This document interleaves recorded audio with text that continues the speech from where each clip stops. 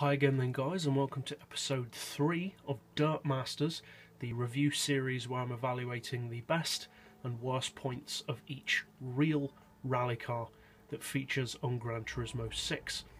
So in this episode, I'm actually featuring my personal favourite rally car that features on Gran Turismo 6, the Tajima E-Runner Pikes Peak Special. This is a fully electric Pikes Peak rally car. Now, specs are very hard to get for this car. They don't tell you pretty much anything about it in the dealership, but from a little bit of research in the garage, comparing the weights and powers of other cars, I've managed to ascertain that this car produces 888 brake horsepower, and it weighs in at a rather hefty 1,640 kilos, so it is very heavy due to its battery packs and electric motor drive system, but it's also very powerful, and being direct drive, there's no gears, and being an electric motor, the power is instant. So how does it perform as a rally car? Well, let's go to the track and find out. Now, as we said, the E-Runner uses a direct drive, hugely powerful electric motor, so acceleration is phenomenally quick. It's obviously going to be a strong 5 out of 5. But as we said, it is a heavy car, and it's also quite large, much larger than it looks when it's just sitting there on its own.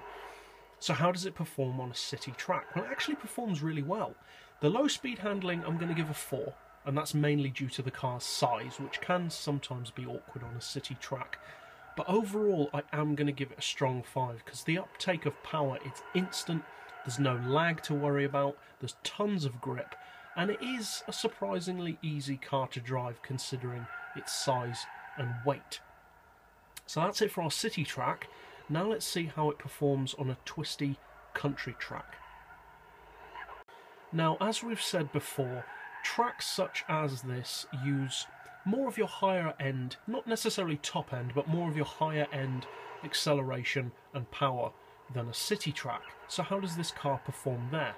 Well, unlike many electric cars where their power is limited to prevent battery damage and they kind of just peter out top end, this car doesn't do that. The acceleration is very strong through its entire range, so for top end performance it is going to get a strong 5. But how does it fare on this track with its weight and size?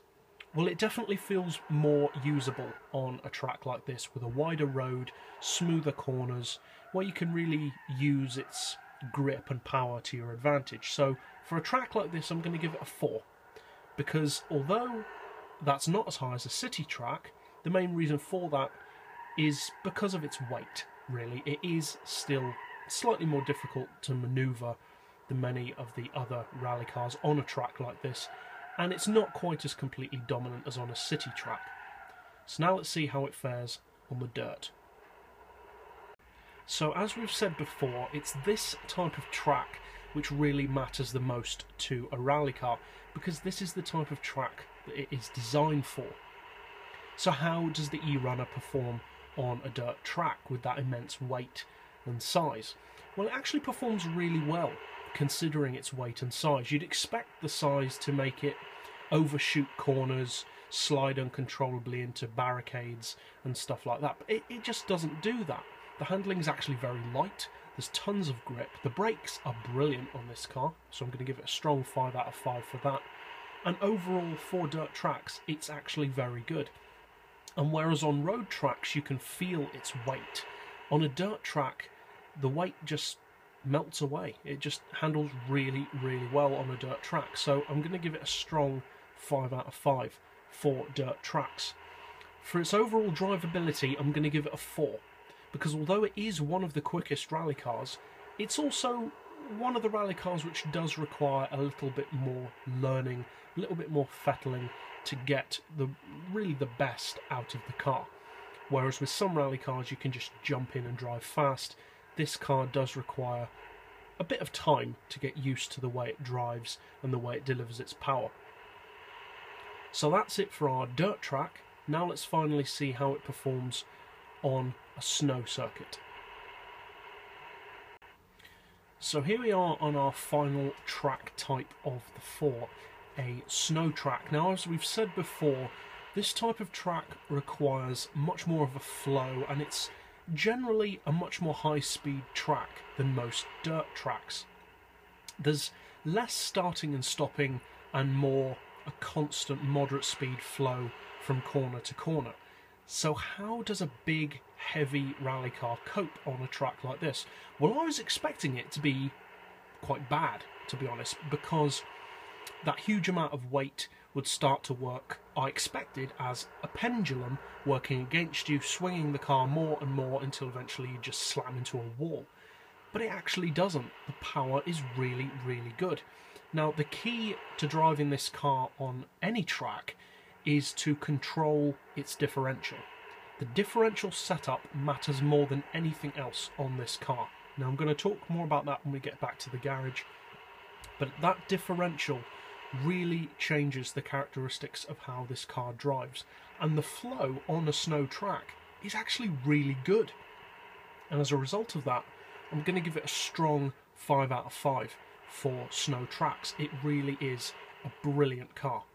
So that's it for our track test. Now let's go back to the garage for a roundup. So overall, the E-Runner does a very, very good job of delivering its power and drivability in, well, just that, a very drivable package. And it manages to perform and use its weight in a way that belies how heavy it really is. I mean, this is around the level of weight of an SUV. It's almost as heavy as a Veyron, and that you wouldn't think would lead to a good rally car, but it actually really does. You don't even notice the weight once you get onto a dirt or snow track, especially on a snow track. It just handles beautifully.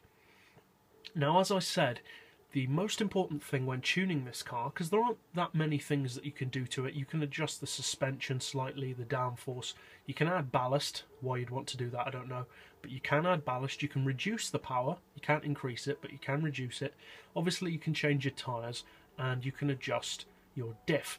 And as I said, adjusting that differential is the most important thing to get right for you personally with this car, because if you set it up wrong, the handling will be extremely heavy and you will crash into walls.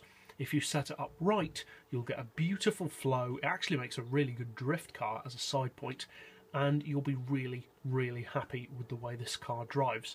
Now, overall, it definitely performs better on dirt and snow tracks than it does on tarmac, which is kind of ironic considering that this car is primarily designed for tarmac, seeing as the Pikes Peak is now a fully tarmacked track.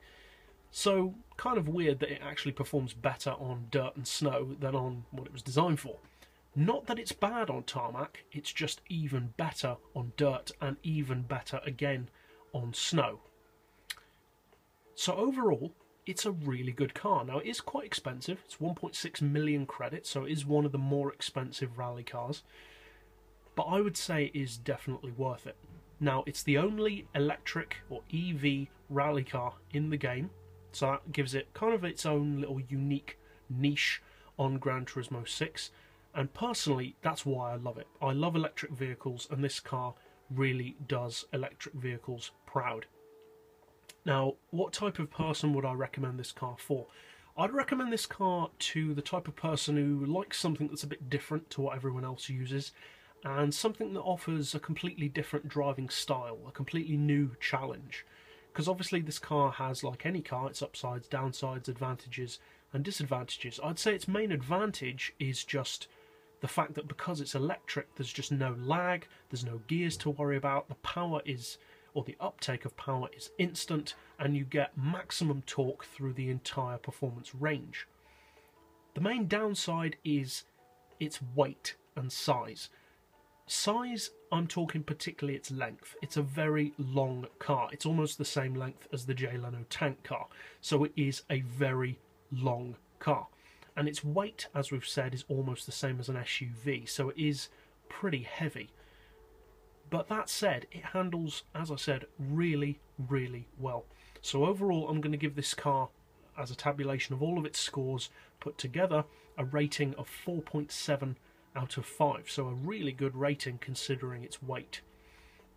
So overall, I would strongly recommend that you give this car a try, and I'll see you next time. So as always, thanks for watching.